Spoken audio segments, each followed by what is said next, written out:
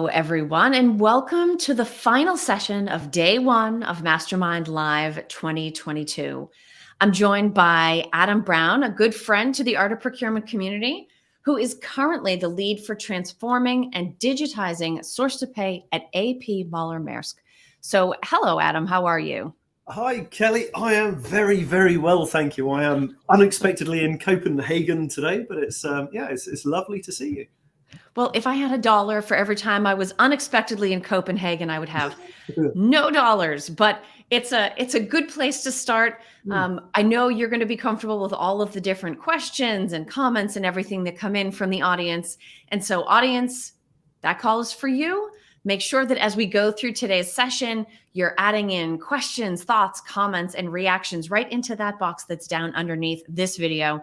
I will see them pop up on my screen, and that will give me the opportunity to present those thoughts and questions to Adam.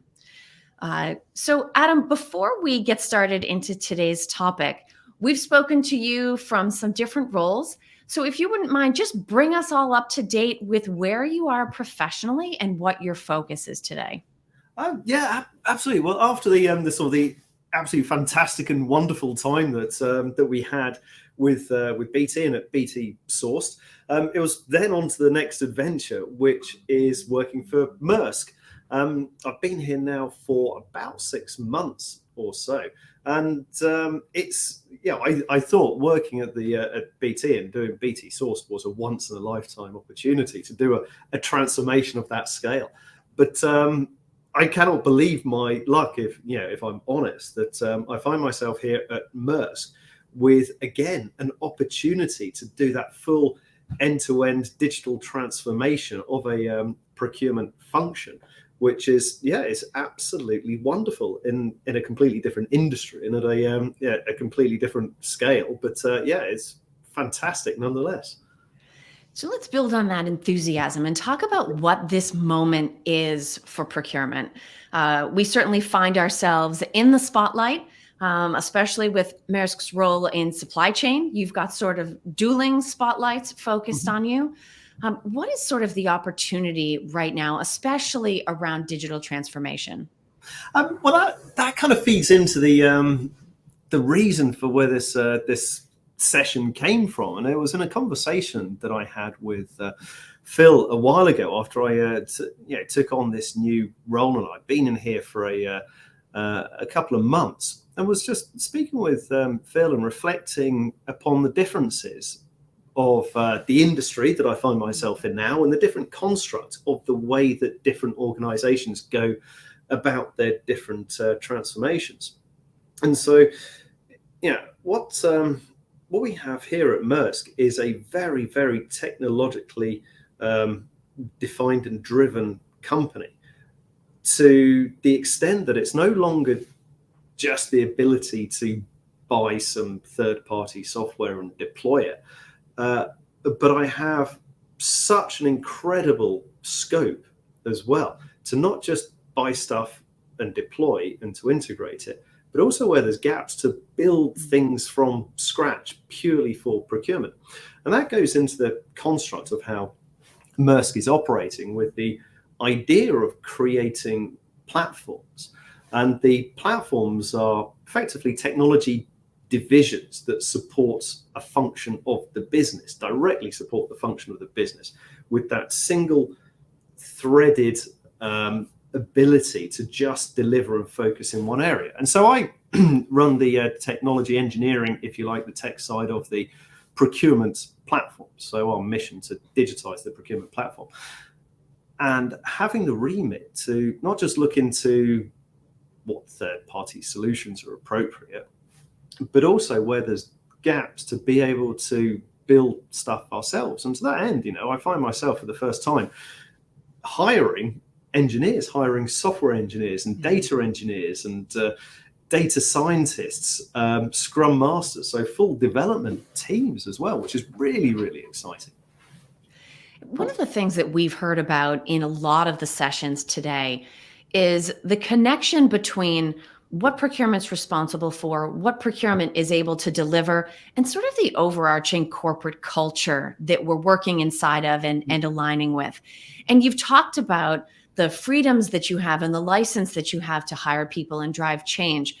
What can you share with us about the corporate culture and overall mindset at Maersk and how that plays into that?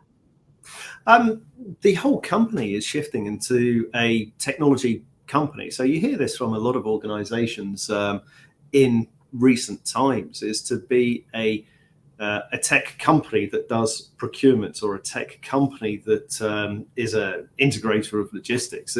It's very much, we are now at that point where companies are being led by technology. And what does the technology enable them to do? How does the technology enable the driving of better outcomes and better results for the customer? And that's really where it becomes very real, is everything that we do is how do we connect that directly to the customer? That's traditionally something that's fairly difficult for a corporate function such as procurement to say, where does our benefit, where does our day-to-day activity correlate directly to the customer? And it's that way of thinking drives the everything that we do, and it's really the rationale for having the platform approach in the beginning, is to give everything that we do a defined product owner. So not just a product owner in the sense of here's your job title and you maybe look after the contract management solution, but the full product ownership in the context of a product for a customer that you'll be selling. We have product owners for everything that we are developing and deploying within the procurement platform. They have a product owner to work with the business, to define what we're doing, to ensure that everything that's being done is on the basis of what is the outcome for the customer. That's where it really starts to get different. And you see that mindset now kind of percolating through the organization as well, which is really wonderful to see. And what initially, if I were to rewind maybe 5-8 years in my career, trying to think of how does everything that we do, how does that directly relate to a customer? It felt difficult back then, but now, with the advent of the technology and really forcing that way of thinking, it becomes clearer every day as to everything that procurement does with our suppliers, how we interact, how does that directly affect the customers. And that becomes even more crystallized when we start thinking about the procurement and the technology that we use and the processes that we follow. And you start seeing across companies, and I think this was kind of the crux of the conversation and probably the real meat of this one, was to say, well, procurement organizations, what we do is, broadly speaking, let's say 80% the same across any company. You need to manage contracts, you need to do sourcing, maybe it's RFPs, RFQs, maybe there's some simple product sourcing to do, maybe it's complex services. There's always going to be a transactional end to it. There's going to be a need to raise purchase orders and to get invoices and to do three-way matching. And it's all of that stuff, to an extent, is pretty much the same in any procurement function. And that's why you see the advent of all this wonderful technology, all this different sourcing technologies, different contract management solutions. And you can really go into the marketplace and you can find so many incredibly brilliant solutions for any of these big ticket items, risk, contract, sourcing, analytics, spend. And you can choose the right one for you as a company. You can choose the right thing for you. And that's why these companies exist. That's why there's the investment. And that's why you can build an ecosystem. But, and here's the but, what is that actually doing? That's all enabling technologies. That's technologies that enable the procurement function. So if you were to draw a line, say everything that enables the procurement function to operate better, to be, to be more efficient, to be more effective, what about this stuff which we can do above that line that is directly correlated to the customer? You may even think, what's that? It's effectively the directs, if you like.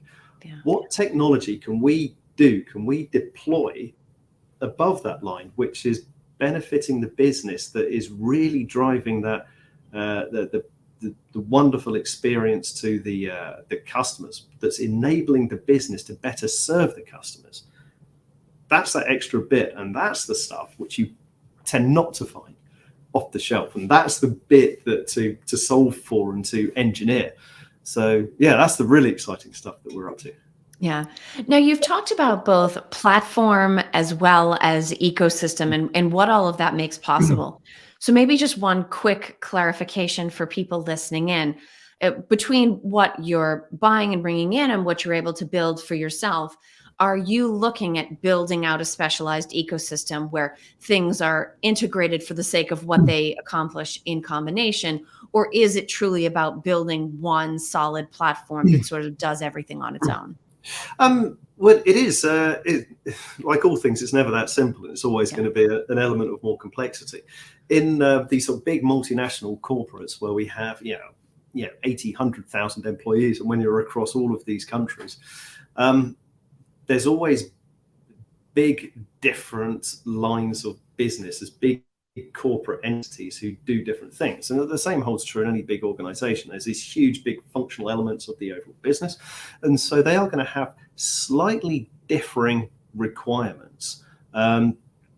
We like to think that it will all be solved with one platform or one solution, but there's always a complexity which creeps in. And so things like contract management are fairly standard, spend management fairly standard. But there are uniquenesses which fall in. So there's a few things to mention here. One is that idea of a single end-to-end platform, which I don't think is correct or valid for a huge organization with so much complexity and so much nuance. There is no single source to pay process that's the single thread which works the same way through the entirety of the organization. There's multiple versions which go through, and we need to account for that for working in different ways, and that's absolutely fine. And they work in, and it's not sequential. They run in parallel and they differ. It's fine, and we need to cope with that. So building an ecosystem works. It really does. I can't think of any company which would require just one sourcing tool, because there's so many different types of sourcing which you do. So you need several different types. And so building an ecosystem is a good and valid thing to be doing, but that doesn't mean it has to be separated. You have composable tech stack is really what we're doing, is we're composing our own tech stack off of the elements that we need and integrating them together at the API level. There is no excuse from any vendor or any supplier to not have APIs that are there and available for us to connect to. We see that, and I see it all the time with the suppliers that we use. Everything's SaaS based. You find out that things are inevitably hosted on, GCP or AWS or Azure, which is wonderful. You've got REST APIs, which are really nice and easy to deal with. So you can compose your own tech stack very easily, and then adding into that the concept of permissible procurement and allowing the business to do stuff for themselves as well. It works well, and but that's all for, if you like, the that below the line procurement enablement stuff. Integrating that together, you're going to end up with multiple solutions.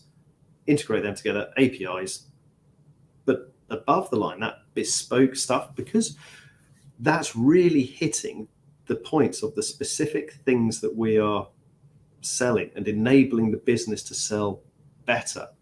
Those bits, because we can create those ourselves, then really it's up to us on how we integrate those into our ecosystem, integrate them into our platform.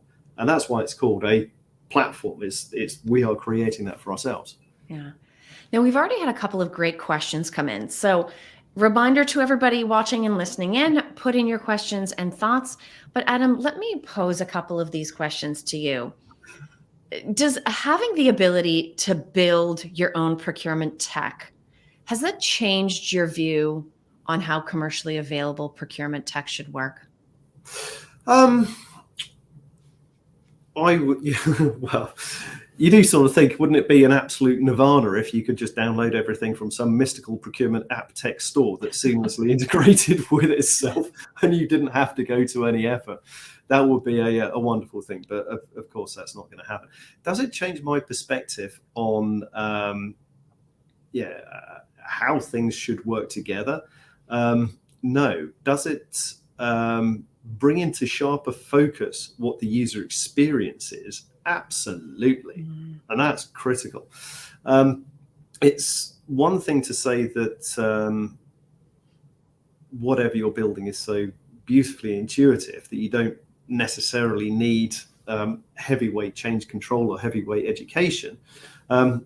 If you're providing a product which is spend analytics, it should be intuitive enough. Everybody understands spend. If you're looking at a spend analytics tool, it's because you need to, because you understand spend. So it should be intuitive that you can interact with it without much education. But when you're building it yourself, you develop a massive appreciation for the amount of effort required to make something intuitive and beautiful, a wonderful experience. And to that point about customer or user experience, you mentioned understanding what users truly need when you set off on a journey to select, implement, design a digital solution. But I imagine it's fairly easy on the design and decision-making process to make tiny little changes that end up bringing the final product sort of out of alignment exactly with what the business needs.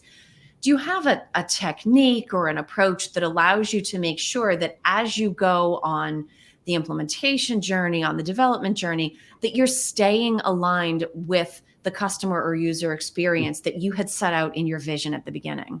Yeah, and that's a great question. That's exactly what the product ownership side is. So I'm not just here in isolation working with the business thinking, yeah, that's a great idea, let's go and do that, and then go away and come back and here's the thing. No, we have have my side on the technology side, we have that product ownership side to really drive through and keep that bit honest, and one without the other doesn't work. If it was just purely the tech side, then you'd end up building something which was technically superb, but as you say, may sort of like gradually diverge from what you were really trying to achieve. And for sure, we can have our UX designers and make sure the experience is great, but that doesn't account for the little bits of slippage which may occur. And that's the beauty of the product owners, and really specializing and being super close to product development and product ownership, and making sure that what we're doing does deliver on that requirement and that need. Yeah. I also understand that you have a background in software engineering, which most of us do not have the luxury of. How do you find that either helps you in your current role or affects the way that you think about the connections between technology and people and process? What sort of advantage would you say, assuming there is one, that's associated with having that in your background? God, that goes back a long time. So back I was did an engineering degree. So it was half electronic engineering, half software engineering. My first degree, and then I was a software engineer in my first job, and it is incredibly useful. I think there's two things here. One is just that pure engineering mindset. So regardless of whether it's software engineering or not, just a pure engineering mindset on how to approach and go about a task is incredibly helpful when building anything, when engineering anything together. It really, really does help. The software engineering bit is incredibly useful for these the best practices and how to go about doing enterprise ready development, and this is critical. This is no longer let's put together a proof of concept. This is no longer let's build some dashboarding. It's no longer building something with SharePoint. This is fully industrialized enterprise grade software that we are creating and developing. So understanding and having an appreciation for how to go about doing that at the very basic level, as ridiculous as this sounds, making sure that you've got a development, a test, a staging, a production environment, making sure you've got the right environments, making sure you understand to not build a monolithic architecture that may deadlock, to build a microservices architecture, just at those very basic level that really, really does help, because it's a product, and a product is not going to stay static. You build it, and that enables several interesting things to happen. One is its education for all of those users, for those people who requested it in the first place. You've developed this thing, you've just suddenly educated them, and so their minds are then triggered of what's next, how can we improve this, that's then enabled me to do this, what's next. So you're in a constant cycle of iteration and improvement. But as an organizational collective as a whole, that maturity will increase and it will grow, and we're suddenly move from something. I'll choose a simple example. You suddenly move from dashboarding and reporting to insights and intelligence. So you start, once a company at a big corporate level is used to a base level, then it escalates, it grows. It's what's next, what's the future. And so, having an engineering background certainly helps from my side. Yeah. One of our other goals for this session was to take the 80-20, the Pareto principle that procurement loves to use wherever we can, and sort of flipping it on its head. Because if we think about, typically our approach is, how much do I have to do to get coverage around 80% of spend or contracts or suppliers? But when you think about user experience or customer experience, having an 80% success rate is not actually that high. So we do also need to be thinking about the 20%. How does it change our approach to digital transformation if we start thinking about targeting the 20%, whether it's 20% opportunity or the 20% that isn't addressed by sort of mainstream tech and process? How do we get to that 20%? I think this really drives from the comment that I was saying earlier, is that, you can use whatever metric or whatever yardstick you want, and it's going to vary by company. Some companies, it might maybe 80% of the spend, others it may be 80% of the activity. It's really going to vary. But the bit that I'm driving at here is to say, if 80% of what procurement does, measured however you want, spend, number of activities, process. Sure. If 80% of that is the same, well, it can be solved. That's why it's solved for. That's why it's solved for by very well, funded, well developed solutions. That's why you see this is incredible innovations and technologies that are being, rolled out, that you see at the moment. It's because they're solving a problem that spans every company. Yeah. If you were to develop a product which only satisfied, I don't know, a handful of telcos or a handful of logistics companies, the market really isn't big enough. Whereas if you do spend analytics or contract management or complex services sourcing or whatever it is, you're going to get investment. You're going to build a company. It spans all of these things. And that's great. It's great for people like me and our organizations, because it means we've got a whole bunch of stuff that we can choose from and find the right fit. But it's that last bit. It's the uniqueness to us as a company, the nuance as a company, or the uniqueness or the nuance as that part of the industry that's different. And how do you go about solving for that? Because that bit is inevitably the bit that puts you closest to the customer. Yeah.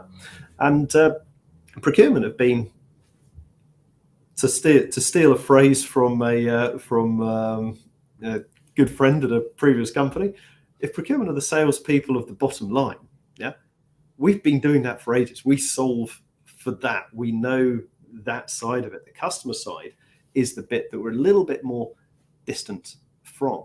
Yeah. So to understand that, to solve for that, is really, really important. To understand how what we're buying is directly related to our customers and their experience, and what we're selling that's nirvana. That's where we want to get to. And if we split that between procurement enablement technologies versus business enablement technologies, the business enablement enables the business to better serve the customer. Yeah. And I don't think it's no longer good enough to say that our procurement tech stack is easy to use. Therefore, the people in the business are no longer getting cross and angry because they don't know how to do something. Therefore, they're better able to serve the customer. That's not good enough anymore. It really isn't. That's something which should have been done years ago. Now we're saying, what can we deploy? It's not a case of you're no longer getting frustrated with poor technology. You've actually got something wonderful that enables you, I don't know, to be able to get the best, know that you are giving the best price, knowing that you have a wonderful, optimized margin, knowing that you can guarantee whatever it is you need to guarantee, time or service or SLAs or KPIs or capacity or whatever the guarantee happens to be for your company that you want to give. All of those things, what can procurement feed into to help solve for? Now, if we want to sort of wrap this session on a piece of pragmatic advice, if we have someone from a procurement organization that has not had a lot of contact with even the customer perspective, and I don't mean internal customers like stakeholders, I mean actual sources of revenue customers, what might be a practical step that we could take to have more contact with or to better understand the types of challenges and perspectives and opportunities for value that are really motivating for customers so that we can incorporate that in our work? Get out there and talk to the business, talk to the people. Don't sit there as an island. Be in a corporate function, be that procurement, finance, legal, HR. Being that corporate function is often easy to get weighed down with the day job and not get out there and talk to as many people as you can around the business. Talk to them, understand what they are trying to achieve, understand what's making their life difficult, and what they would like to do to make things easier. You never know where the next incredible idea is going to come from, but it's education. It has to be education. I've come into a new industry. I've never worked in logistics like this before. I just haven't. This is a whole new world, and so I've been going out and talking to people and learning endlessly every day. And it's doing that. After a while, you start to connect the dots, and these little kind of like sparks fire off, and you realize that, oh, actually, if you're wanting to achieve this, it's actually the cause of it is way back down with the suppliers, with the supply base. And how can we, as procurement, then fix for this that then solves for that to enable us to do better for the customer? That's really what it comes down to. So talk to people, get out there and talk. And even being an introvert does not excuse you from doing that, which would always be sort of my first line of defense on doing that. We need to come into contact with the business. No, exactly. Well, look, I mean, even if you're shy and retiring as you are, Kelly, and we have Teams. You have the ability to just ping people out on a chat. It's even that first contact and getting that contact, understanding. Yeah, everybody is very, very willing to give ideas and education. Well, I think that's an excellent step for people to take. Certainly, you talked about sparks flying off. That's very on theme. So thank you for that. We definitely want people on this mission with us to 10x the impact of procurement. And Adam, I was thrilled that you were here with us to share this next leg in your professional journey and share what you've learned. We know that there's going to be a whole lot more coming from you. So thank you, first of all, for being here with us today. No, it's been an absolute pleasure, and thank you for the invitation. It's as always, it's a pleasure. Absolutely. And the other pleasure we both get is officially wrapping day one of Mastermind Live 2022. Adam's our last session for the day, but this event is not over. We pick right back up again tomorrow morning at 10 a.m. Eastern Time. We have a whole bunch more sessions that you will not want to miss on that journey to 10x the impact of procurement. So make sure that your calendar is blocked off. Join us right back here at this same time tomorrow. On behalf of the entire Art of Procurement team, myself, Philip Eidson, Helen McKenzie, and Brittany Riley behind the scenes, thank you for being here. Thank you for your questions, your attention, and your enthusiasm. We look forward to seeing everybody again right back here tomorrow.